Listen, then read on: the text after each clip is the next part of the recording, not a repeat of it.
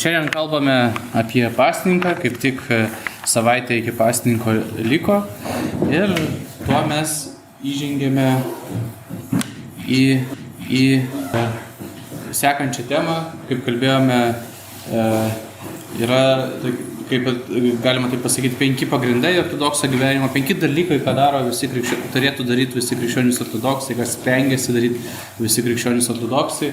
Ir kalbėjom jau apie šventą raštą ir šventųjų tėvų skaitymą, kalbėjom porą kartų apie maldą, kalbėjom apie sakramentinį gyvenimą bažnyčioje ir dabar kalbėsime apie pasninką, kuris sudaro irgi nemažą dalį mūsų bažnyčios gyvenimo ritmo. Jeigu pažiūrėsite į bažnyčios kalendorių, tai iš tikrųjų ortodoksų bažnyčioje pasninkinių dienų daugiau negu nepasninkinių dienų.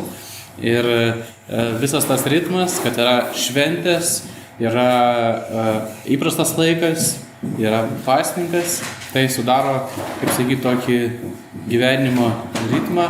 Viskam yra savas laikas. Yra laikas švęst, yra laikas liūdėt, kaip Ekleziasto knygoje pasakyta, laikas juoktis, laikas verkti. Ir pirmiausia apie pasninką Biblijoje. Tai įdomu, kad Senajame testamente tokių kažkokių tai ilgų pasninko laikotarpių nėra nurodyta tiesiai, bet vis dėlto Mozės įstatyme yra vienas pasninkas numatytas. Konkrečiai, kaip tokia svarbi šventė, Mozės įstatyme yra numatyta atpirkimo diena, Jom Kipur, hebrajų kalba, ir tą dieną kaip tik numatytas labai griežtas pasninkas, iš viso nieko nevalgyti ir negerti. Ir tą dieną atnašauja vyriausiasis kunigas auką už tautos nuodėmes. Kas įdomu, skaitoma pranašo Jonos knyga, atrodytų ji tokia labai specifinė, bet kaip atgailos knyga, būtent Jonos knyga būdavo skaitoma. Ir matome, kad pasninkas susijęs su tautos nuodėmių atleidimu, su didžiulė atgaila ir tai toks aukščiausias metuose atgailos momentas ir iš to kyla tas pasninkas. Bet nepaisant to, kad Mozės įstatyme pasninkas buvo įsakytas tik tą vieną kartą, Senajame testamente daug matome pavyzdžių, kaip pasninkauja šventieji, kaip pranašai kreipiasi į tautą pasninkauti. Ir konkrečiai pranašai, kai kreipiasi į Izraelio tautą pasninkauti, taip pat tai pirmiausia susiję su atgaila. Pavyzdžiui, Joelio knygoje parašyta: grįžkit pas mane visa širdimi, pasninku, verksmu ir rauda. Ir pasninkas vėlgi atgailos kontekste minimas. Bet taip pat Senajame testamente minimas pasninkas ir stiprinant maldą ir taip pat gedint. Esteros knygoje Estera, kai eina tartis su karaliumi, kad nebūtų sunaikinti žydai, ji prašo kitų žydų melstis, nevalgyti, negerti ir pasninkauti už ją, kad Dievas ją palaikytų bendraujant su karaliumi, kai ji bandė išgelbėti žydus ir jai pavyko išgelbėti žydus. Na ir gedulas, kai įvyksta kažkas liūdna, taip pat Senajame testamente pasninkaujama. Pavyzdžiui, Samuelio 2 knygoje minima: tuomet Dovydas sugriebė savo drabužius ir juos perplėšė, jie sėdėjo, verkė ir pasninkavo iki vakaro dėl Sauliaus ir jo sūnaus Jonatano, dėl žūties verkė. Ir taip pat buvo numatytas pasninkas, kai buvo minimas Jeruzalės šventyklos sugriovimas. Ir pranašas Zacharijas atvirkščiai ten savo pranašystėje sako, kad šitas pasninko dienos virs džiaugsmu, kai ateis Mesijas, nes nebebus priežasties pasninkauti dėl Jeruzalės šventyklos sugriovimo. Tai kitaip tariant, štai matom tokius motyvus aiškius: atgaila, maldos stiprinimas ir gedulas.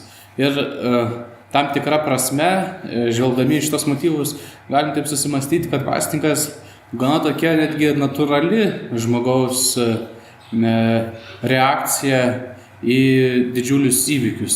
Jeigu taip pagalvotumėm, netgi šiaip, kai įvyksta kažkoks lūžis mūsų gyvenime, kai miršta brangus žmogus, kai dėl kažko labai pergyvename, kažkaip ir net natūraliai nesinori ten taip persivalgyti, apsivalgyti, kažkam ir dingsta taip apetitas. Ir kita vertus, šventajame rašte, tai tokia religinė praktika ir randama ir kitose religijose, kitose tautose. Taip tariant, toksai, sakyčiau, ne tik svarbus religiškai, bet natūralus žmogui dalykas pasninkavimas. Ir man atrodo, galbūt dėl to, kaip tik, nepaisant to, kad tai yra mums religinis dalykas, bet dabar galima išgirsti, kad ir visai netikintis žmonės, ten dėl sveikatos tikslų, dėl kitų tikslų, jie irgi susidomėję pasninku ir yra visokie mokymai, netgi kaip pasninkauti visiškai netikinčių žmonių. Jų motyvai kiti, bet štai man atrodo, kad pasninkė pačiame yra kažkas labai atpažįstama kiekvienam žmogui, bendražmogiškai. Naujajame testamente pasninko prasmė jau šiek tiek pasikeičia, bet pirmiausiai, kodėl mes pasninkaujame, tai dėl to, kad mes sekame Jėzaus pavyzdžių ir Naujajame testamente duotas labai toksai ryškus pavyzdys Jėzaus, kuris po to, kai pakrikštijamas Jordano upėje, 40 dienų išeina į dykumą ir ten jį gundo šėtonas. Šventajame rašte pasakojama. Paskui Jėzus buvo dvasios nuvestas į dykumą, kad ten būtų velnio gundomas. Išpasninkavęs 40 dienų ir 40 naktų jis buvo labai alkanas. Manau, kad tuo tikrai galima patikėti, kad buvo alkanas. Prie jo prisiartino gundytojas ir tarė: jei tu, Dievo sūnus, liepk, kad šie akmenys pavirstų duona. Bet Jėzus atsakė: parašyta, žmogus gyvas ne vien duona, bet ir kiekvienu žodžiu, kuris išeina iš Dievo lūpų. Tada velnias jį paima į šventąjį miestą, pastato ant šventyklos šelmens ir sako: jei tu Dievo sūnus, pulk žemyn, nes parašyta, jis lieps savo angelams globoti tave ir jie nešios tave ant rankų, kad neužsigautum kojos į akmenį. Jėzus jam tarė: taip pat parašyta, negundyk viešpaties savo Dievo. Velnias vėl paima jį į labai aukštą kalną ir rodydamas viso pasaulio karalystės bei jų didybę sako: visą tai aš tau atiduosiu, jei parpuolęs pagarbinsi mane. Tada Jėzus tarė: eik šalin šėtone, juk parašyta, viešpatį savo Dievą tegarbink ir jam vienam tetarnauk. Tuomet velnias nuo jo atsitraukė, štai angelai prisiartino ir jam tarnavo. Labai tokia gili šventojo rašto vieta ir tas pavyzdys viena vertus 40 dienų ir kita vertus, ką jis ten dykumoje patiria. Jis patiria susidūrimą su pačiu šėtonu. Kai pasninkauja, tuomet šiuo atveju ne tik, taip sakant, neregimai šėtonas pagundas jam siūlo, bet net ir šiuo atveju net ir regimų būdų pasirodo. Ir bando sugundyti tokiais labai baziniais dalykais. Pilvo rajumas ar ne pilvo patenkinimas, šventumas arba puikybė, tokios garbėtroškystės patenkinimas ir paskutinis dalykas valdžia, valdžios troškimo patenkinimas. Bando jį sugundyti tokiais baziniais dalykais, iš kurių auga daugybė kitų aistrų. Ir kita vertus, Jėzus atstumė tą šėtoną. Įdomu tai, kad šėtonas naudoja šventojo rašto eilutes, nors ir jas iškraipo, tarsi bando pagrįsti religiškai tą savo klaidą, į kurią bando įvesti. Ir Jėzus irgi atsako šventojo rašto eilutėmis. Tai čia tarp kitko galima paminėti, kad irgi tokia yra dvasinė praktika, kai patirime pagundas, irgi kaip Jėzus dykumoje prisiminti trumpas šventojo rašto eilutes, kurios padėtų atsispirti tom pagundom. Tai štai labai aiškus toks Jėzaus pavyzdys 40 dienų dykumoje ir dėl to norėdami sekti Jėzumi, krikščionys irgi bandė kažką tokio pakartoti, tai ką padarė pats Jėzus. Ir Naujajame testamente bei Naujojo testamento laikais pasninkas iš karto yra minimas jau nuo apaštalų darbų. Šiaip Luko Evangelijos pradžioje minima pranašė Ona, kuri prie šventyklos pasninkavo. Ir čia jau šiek tiek kitas pobūdis, ar ne to pasninko, negu Senajame testamente matėm pavyzdžius. Ji nesitraukdavo iš šventyklos, tarnaudama Dievui per dienas ir naktis pasninkais be maldomis. Čia apibūdinamas pasninkas kaip viena iš tarnysčių Dievui. Taip pat apaštalų darbų knygoje, jau apaštalai, kai tarnauja, kartą, pavyzdys ar ne, kartą jie laikė pamaldas Viešpaties garbę ir pasninkavo, šventoji dvasia pasakė ir taip toliau. Apaštalų darbų knygoje apibūdinami kaip nuolat pasninkaujantis ir besimeldžiantis, ir tai yra jų tarnystės dalis. Pasninkas taip pat yra priemonė įveikti demoną. Matėm, pasninkaudamas įveikė šėtoną Jėzus. Ir lygiai taip pat Jėzus sako, kai nepajėgė išvaryti demonų apaštalai, jis sako jiems, šitą veislę kitaip neišvaroma, kaip tik malda ir pasninku. Ir taip pat jau ne Naujajame testamente, bet pirmųjų amžių apaštalų mokinių parašytose šaltinėse, šiuo atveju Didachėje, irgi minimas pasninkas. Viena vertus prieš krikštą, pasakyta prieš krikštą privalo pasninkauti krikštytojas ir krikštijamasis, čia aišku apie suaugusio krikštą kalbama, o kiti kas gali. Visakie krikštijamam pasninkauti prieš tai vieną kitą dieną. Irgi pasninkas, kuris palydi tą maldą, stiprina maldą, ir kita vertus tie kiti ar ne pasninkauja už krikštijamąjį, kad kaip Estera sustiprintų. Ir taip pat Didachėje jau minimas trečiadienio ir penktadienio pasninkas. Pasninkaudami nebūkite veidmainių bendrininkai, jie pasninkauja 2 ir 5 dieną po šabo. Tai čia turime omeny fariziejai, kurie pasninkaudavo ketvirtadienį, 2 dieną po šabo, pirmadienį ir 5, vienu žodžiu. O jūs pasninkaukite 4 ir 6, tai yra trečiadienį ir penktadienį, taip. O ten pirmadienį ir ketvirtadienį, antradienį ir ketvirtadienį, va. Tai jau minimas ar ne ir pirmaisiais amžiais tas trečiadienio ir penktadienio pasninkas. Trečiadienis kaip Judo Iskarijoto išdavystės diena ir penktadienis kaip Kristaus nukryžiavimo diena. Ir Jėzus, mokydamas pasninkauti, čia jau buvo prieš tai iš Didachės, nebūkite kaip veidminiai. Ir tas visas motyvas, žinoma, ateina iš Jėzaus mokymo. Jėzus sako, kai pasninkaujate, nebūkite paniurę kaip veidminiai, jie perkreipia veidus, kad žmonės matytų juos pasninkaujant. Iš tiesų sakau jums, jie jau atsėmė užmokestį. O tu pasninkaudamas pasitepk aliejumi galvą ir nusiprausk veidą, kad ne žmonėms rodytumės pasninkaujas, bet savo tėvui, kuris yra slaptoje. Ir tavo tėvas regintis slaptoje tau atlygins. Čia Jėzus kalba apie tokį nukrypimą nuo pasninko esmės, kai žmonės viešai pasninkaudavo, kai žmonės netgi pasibarstydavo galvą pelenais, apsirengdavo prastesniais drabužiais, tada perkreiptais veidais vaikščiodavo ir visiems pasakodavo, kokie jie yra šventi, jie pasninkauja ir dabar čia jam taip sunku tas pasninkavimas. O Jėzus sako, pasitep galvą aliejumi, tai tuo metu toks kaip želė šukosinai, žodžiu, ir kaip kvapalas tuo pačiu, ir žodžiu, nusiprausk, pasikvėpink, susitvarkyk ir vaikščiok su šypsena. Ir Didachėje netgi buvo tas įsakas pasninkauti ne tom pačiom dienom kaip fariziejai, kad tomis dienomis, kai fariziejai pasninkauja, krikščionis vaikščiotų pasitempę ir atrodytų, kad jie nepasninkauja, o kitom dienom pasninkautų ir nieks nežinotų, kad jie pasninkauja. Ir žodžiu, tai pasninkas yra asmeninis dalykas ir svarbu, kad jį Dievas matytų, o prieš kitus žmonės jo nereikia rodyti ir tai gali netgi būti žalinga mūsų sielai, kai mes pradedame puikuotis tuo, kad pasninkaujame. Šventas Jonas Auksaburnis dar labai gražiai taip sako apie pasninko prasmę. Čia buvo Mato 17 skyriaus citata, šitą veislę kitaip neišvaroma, kaip tik malda ir pasninku. Ir Šventas Jonas Auksaburnis ją komentuoja ir sako tokius žodžius. Tu sakysi, jei reikalingas tikėjimas, kam dar reikalingas pasninkas? Todėl, kad ne tik tikėjimas, bet ir pasninkas suteikia daug stiprybės. Jis išmoko didžios išminties, padaro žmogų panašų į angelą ir sustiprina kovoje prieš dvasinės galybės. Tačiau ne pats savaime, dar reikia ir maldos, ir ji turi eiti pirma. Ir pažvelk, kokios gerybės kyla iš šių dviejų dorybių. Besimeldžiančiam kaip dera ir kartu pasninkaujančiam reikia nedaug.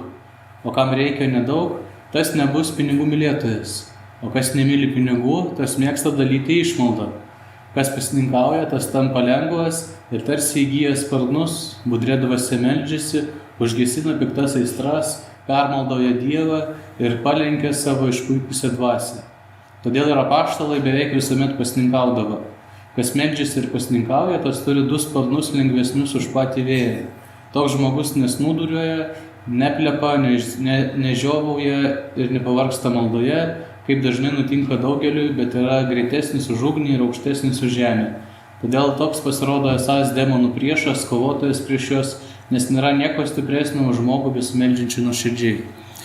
Ir čia atsiveria net ta krikščioniška pasninko prasmė. Pasninkas yra skirtas tam, kad mes galėtumėm atsiskirti nuo nuodėmės. Pats žodis šventas hebrajų kalboje yra susijęs su žodžiu atskirtas. Ir sakome, ar ne, pavyzdžiui, ten komunijos taurė yra šventa, nes ji naudojama tik komunijai. Jei mes naudojamės prie stalo kaip paprastą indą, paprastiem gėrimam ir taip toliau ir taip toliau. Tai štai ir šią prasme per pasninką, jeigu žmogus yra pašventinamas, tai būtent tuo, kad jis atsiskiria nuo nuodėmės, būtent tuo, kad suvaldydamas save, savo kūną, jis pasidaro atsparesnis būtent aistroms, atsparesnis geiduliams ir tokiu būdu atsparesnis nuodėmiai.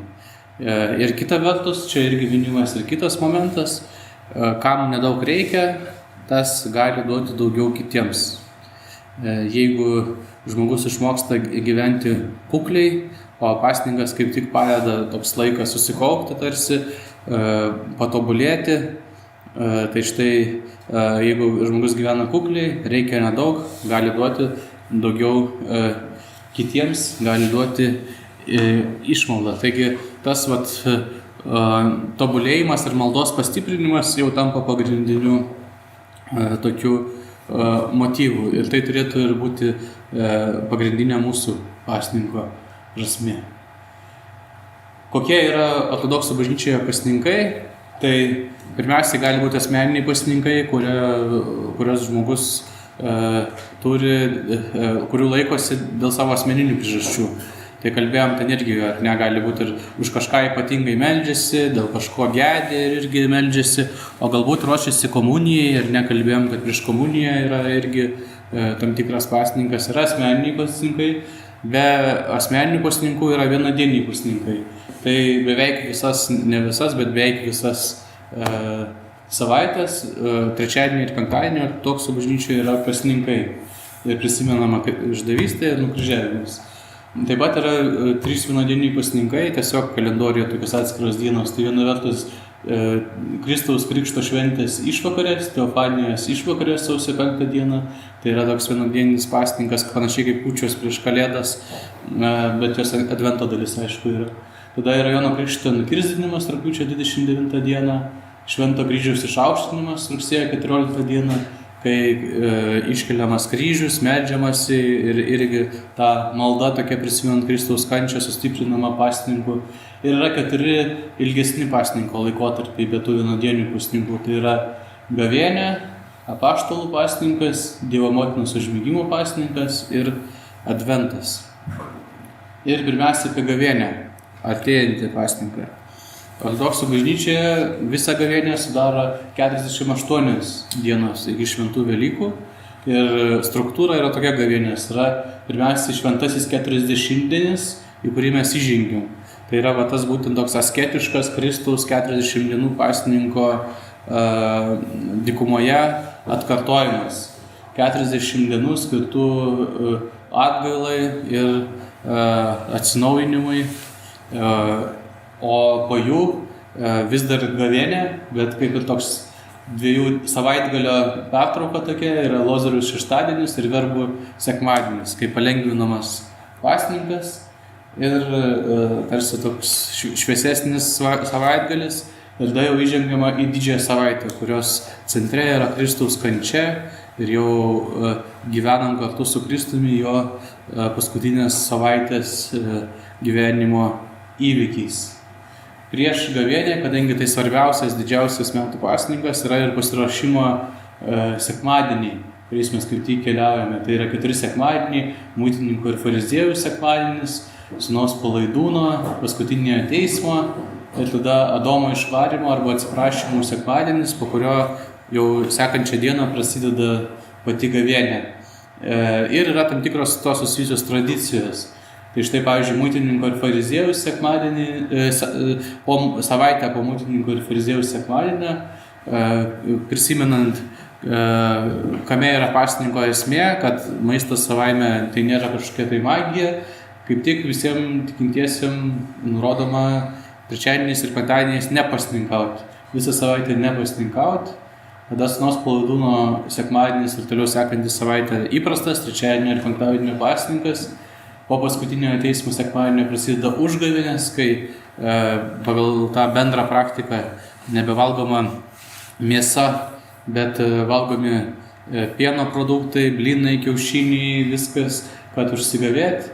Ir tada po atsiprašymų sekmadienio jau aišku prasideda pati gavėnė. Na ir yra tam tikros giesmės, dalykai tam tikri pamaldose, kurie vis labiau panardina į tą gavėnios dvasią. Pati gavėnė, pirmiausiai, jos 40-dienis turi irgi savo tam tikras tradicijas ir turi teminius sekmadienius. Čia visi yra surašyti: ortodoksijos iškilmė, Švento Grigaliaus palama, Švento kryžiaus išaukštinimas, Jono Pakopininko, Marijos Egiptietės ir jau čia po 40-dienio įžengimas į Jeruzalę, verbų sekmadienis. Ir kitaip tariant, prisimenam visokius šventuosius asketus, tikėjimo pavyzdžius, kurie mus įkvėpia sekti tuo pasninko keliu. Ir yra tokia tradicija, kad pirmąją gavėnios savaitę 4 dienas skaitomas Švento Andriejaus Kretiečio didysis atgailos kanonas. Jis taip pat jau visas skaitomas pilnai nebedalimis 4 gavėnios savaitę. Dar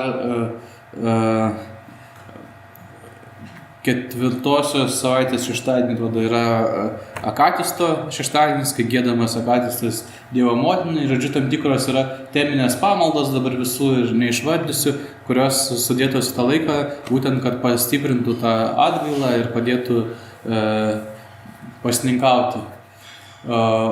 O didžioji savaitė jau turi kiekvienos dienos tam tikrus teminius minėjimus, su Kristumi keliaujama jo kryžiaus to keliu, ir tada didžiausia metų šventė, šventos Velykos, didžiausias pasninkas prieš didžiausią ir šventę.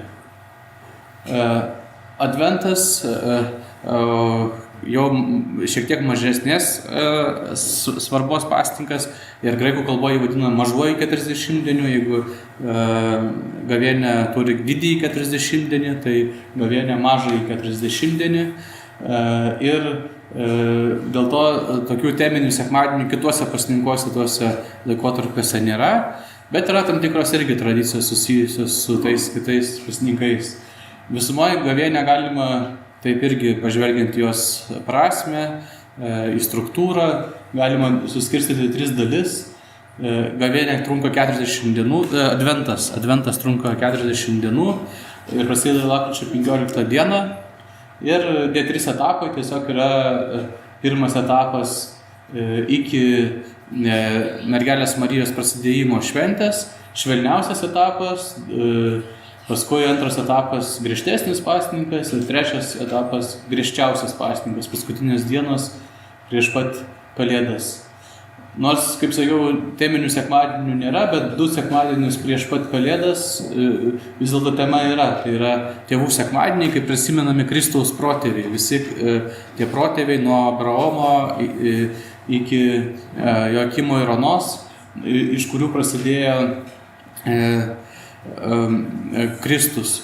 Ir kadangi adventas švelnesnis pasninkas negu gavėnė, yra visokių švenčių, kaip pavyzdžiui Dievo motinos įvedimas į šventyklą, Šventas Mikalojus, per Šventą Mikalojų, pavyzdžiui, vaikams saldainius dalina, tai jau toksai visai daug švelnesnis pasninkas negu gavėnė palyginus. Kiti 2 pasninkai, apaštalų pasninkas, prasideda savaitę po šventų sekminių, kitaip tariant, jo trukmė kiekvienais metais skiriasi, priklausomai nuo to, kada sekminės. Tai va, savaitę po sekminių būna visų šventųjų sekmadienis ir po visų šventųjų sekmadienio prasideda šitas pasninkas. O baigėsi pasninkas šventų apaštalų Petro ir Povilo arba Pauliaus šventė, birželio 29 dieną. Ir šitas pasninkas senovėje buvo vienas pasninkas su Dievo motinos užmigimo pasninku, kuris prasideda rugpjūčio 1, baigėsi 14 ir yra iki Dievo motinos užmigimo šventės. Ir pirminė šito pasninko prasmė buvo tokia, kad tie žmonės, kurie jautėsi, kad nepakankamai ar negalėjo per gavėnią papasninkauti, ar tiesiog norėjo papildomai papasninkauti, tai šie du pasninkai, iš pradžių vienas ilgas labai vasaros pasninkas, jie buvo toks kaip kompensacinis pasninkas, kai per gavėnią neišėjo tinkamai papasninkauti. O ilgainiui jie ėjo į bažnyčios praktiką jau kaip du atskiri pasninkai ir bendri visiems.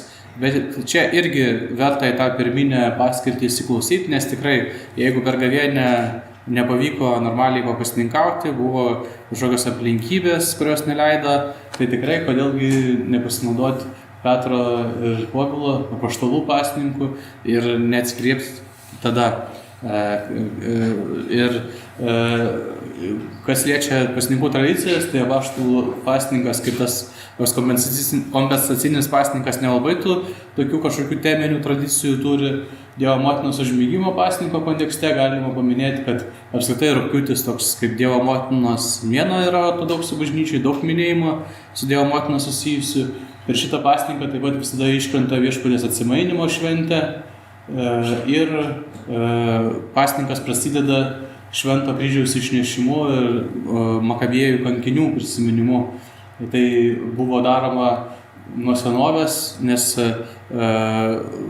kaip tik rugpjūtis būdavo įvairių ligų, marų ir taip toliau laikas. Ir kad sustiprinti tą maldą, kad būtų sveiki žmonės, sveikas derlius ir taip toliau, tai būdavo ta ypatinga malda su kryžiumi. Ir tie pasninkai, Dievo motinos užmigimo, jisai vos 2 savaitės, trumpas. Petro Povilo apaštalų pasninkas irgi gali būti, kartais jisai iš viso mūsų praktikoje gali būti, gali jo nebūti, visų pirma, gali būti savaitė, o ilgiausias turbūt kokias mėnuo kažkur tai. Bet dažnai jisai gali būti labai trumpas. Tai žodžiu, jie jau tokie švelnesni ir mažesnės reikšmės pasninkai. Štai taip atrodo bendrai kalendorius, ar ne, čia 26 metų. Nežinau, kaip matosi čia skirtumas tų spalvų, gal matosi. Tai va, ir trumpai apie pasninkavimo ar ne praktikas. Tai senovėje pagrindinė pasninkavimo tokia forma buvo vadinamas 9 valandos pasninkas. 9 valanda tai buvo vakaras, dienos pabaiga, čia pagal senovinį tą laiko skaičiavimą, kai skaičiuodavo 12 dienos valandų. Ir 9 valandos pasninkas reikšdavo, kad žmonės nieko nevalgydavo ir negerdavo nuo saulėtekio iki vakaro. Ir tada vakare pavalgydavo ir tada kitą dieną vėl taip darydavo. Ir kai kur vienuolynuose tai praktikuoja, bet jau visuotinėje toje tradicijoje, bendroje tradicijoje, toks pasninkas paprastai niekur nenurodomas, tiesiog jisai egzistuoja kaip tam tikra asketinė tradicija, bet ne bendra visiems tikintiesiam tradicija. Bendra visiems tikintiesiam tokia praktika, kurią jau kiekvienas turėtų prisitaikyti savo gyvenime pagal savo aplinkybės ir galimybės, yra tokia, kad visų pirma, kalendorijoje matome užgavėnes, tai 1 savaitė metuose, kai nėra mėsos, visi kiti produktai yra. Yra dar aišku savaitės, kaip minėjau, kur iš viso pasninko nėra. O toliau sekantis toks gilesnis pasninkas, įprastas pasninkas didžiąją dalį metų, tai yra toks, kai nevalgoma mėsa, nevalgomi kiaušiniai, nevalgomas pienas ir jo produktai. Kitaip tariant, iš esmės vegetariška mityba tomis dienomis nurodytomis. Griežtas pasninkas, be mėsos, kiaušinių, pieno, žuvies, iš esmės tai susijęs su gavėne. Dar čia matome, ar ne, rugpjūtį Dievo motinos užmigimo pasninkas, bet jisai tik tais 2 savaitės. Tai iš esmės šiuolaikiškai pasakius, ar ne, veganiška mityba. Vegetariška mityba, veganiška mityba, mityba be mėsos. Bet tos bendros taisyklės yra tam, kad mes iš viso susikalbėtumėm, kad nebūtų tokių incidentų, kad parapija susirinka prie bendro stalo ir per gavėnią kažkas atsineša žąsį. Bet reikia valgyti. Tai va, o yra tam tikros, kaip kelių eismo taisyklės, tam tikros bendros taisyklės, ar ne, kokiu ritmu gyvena bažnyčia, ar ne. Bet kiekvieno žmogaus individualiam gyvenime tos taisyklės turėtų būti tinkamai pritaikytos. Esmė, ne, pavyzdžiui, per gavėnią, kad mes pasninkaujam, o kaip mes savo asmeninėme gyvenime pasninkaujam, tai nebūtinai raidė taip, kaip parašyta, bet taip, kaip galim. Ir pavyzdžiui, aš žinau, ta prasme, tame tarpe ir kunigai nebūtinai visi va taip, kaip čia parašyta, taip ir viską daro. Pavyzdžiui, yra kunigai, kurie per gavėnią tam tikrom dienom valgo žuvį, nors čia kalendoriuje žuvis niekur nenurodyta. Ne? Bet tiesiog ar kitaip negali, ar pavyzdžiui yra šeima, dėl kurios reikia taip valgyti, ar sveikatos klausimai ir taip toliau. Turi būti viskas pristaikyta su sveiku protu ir bendros taisyklės yra bendros taisyklės, o kaip individualiai žmogus jas prisitaiko ir gyvena, galima tai daryti su kunigo pagalba, tai jau yra pagal to žmogaus aplinkybės, pagal to žmogaus pajėgumus, pagal to žmogaus galimybės. Ir paprastai ar ne verta priminti, ir kad ne visi žmonės apskritai gali pasninkauti. Žinoma, kad yra vaikai, kurios moko pasninko palaipsniui, ir paprastai kaip tik vaikai būna aplinkybė, dėl kurios suaugusiems šeimose irgi neišeina pilnavertiškai ar pagal tą bendrąją praktiką pasninkauti, nes vis tiek kartu yra gaminamas maistas ir reikia prisitaikyti. Tai vaikai laipsniškai mokinasi ir Eucharistijos pasninko, ir kitų pasninkų. Tai kas vaikui suprantama atleistina, tai nebūtinai ir net tas pats galioja suaugusiam. Aišku, yra nėščios moteris, kuriom reikia laikytis gydytojų rekomendacijų ir maitintis tinkamai. Yra senyvo amžiaus žmonės, sergantys, profesionalūs sportininkai, alergiški žmonės ir taip toliau. Jeigu žmogus yra, tarkim, ten alergiškas, galvoju, kokį čia pavyzdį paimti, tarkim, ten žuviai alergiškas, o tarkim, ten per adventą geriausias baltyminis maistas žuvis, ar ne? Tai aišku, kad geriau jau tada, jisai žuvies taip ar taip nevalgys, jis negali žuvies valgyti, tada geriau kažkuriom dienom valgyti pieno produktus, negu žuvį, kurios jis negali valgyti dėl alergijos. Kitaip tariant, yra aplinkybės, ar ne, kada negali žmogus pasninkauti, arba negali tam tikrų būdų pasninkauti. Ir reikia įsiklausyti irgi į medikų rekomendacijas, į kūno poreikius. Ir kas, ar ne, dar svarbu per pasninką, be paties mitybos pokyčio. Tai aišku, tai, apie ką šiandien buvo skaitinys Šventojo rašto, išmalda, gailestingumo darbai, rūpestis artimaisiais ir vargšais. Kaip sakė Šventas Auksaburnis, mes pasninkaujame ne šiaip savo, kad mums gerai būtų, bet kad mes, aišku, įveiktumėm aistras ir nuodėmes, ir kartu tas, kas mažai reikalauja, tas gali daugiau duoti. Ir būdavo netgi tokia senovėje praktika, kad sutaupytus per pasninko pinigus krikščionys atiduodavo vargšam. Antras dalykas, ar ne, kad vėlgi ten visur skaitė malda ir pasninko. Pasninkas vertingas ne savaime, bet kai jisai stiprina ir lydi maldą. Ir aišku, aukščiausia maldos forma dalyvavimas bažnyčių sakramentuose. Ir kartu, kad mes gautumėm naudos gavėnios laikų, advento laikų, kitų pasninko laikų, svarbu nepamiršti dvasinio skaitymo, skaityti šventąjį raštą, šventuosius tėvus, kad gautumėm dvasinio peno ir augtumėm savo dvasinėme gyvenime. Ir pabaigai tokie Švento Serafimo Saraviečio žodžiai, man atrodo, labai svarbus. Jis sako, nors pasninkas, malda, budėjimas ir visokie krikščioniškai darbai yra savaime geri, tačiau krikščioniškojo gyvenimo tikslas ne vien tik juos daryti, nors jie ir padeda jį pasiekti. Tikrasis krikščioniškojo gyvenimo tikslas yra įgyti šventąją Dievo dvasią. Pasninkas, budėjimas, malda, išmalda ir visoks dėl Kristaus daromas gėris yra priemonės Dievo šventajai dvasiai įgyti. Tai va, apibendrinant,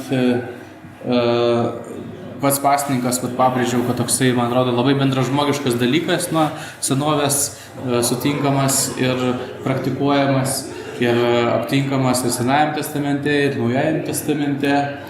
Ir mes pasninkaujame tam, kad atsiskirtumėm nuo nuodėmės ir galėtumėm daugiau tarnauti artimui ir daugiau skirti laiko Dievui, artintis prie Dievo. Tai dabar klausimų atsakymų laikas.